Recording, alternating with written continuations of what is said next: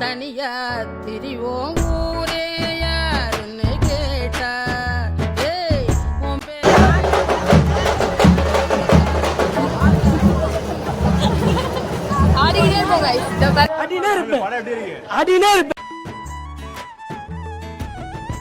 இப்பதான் நாங்க 3 kilometre complete பண்ண போறோம். அதுக்குள்ளே டயர்ட் ஆயிடுச்சு. 4 கிலோமீட்டர் தூரம் வந்துட்டோம். இன்னும் 1 கிலோமீட்டர் தான் இருக்கு. என்ன எனக்கு ரொம்ப ஜாம் ஆகுது.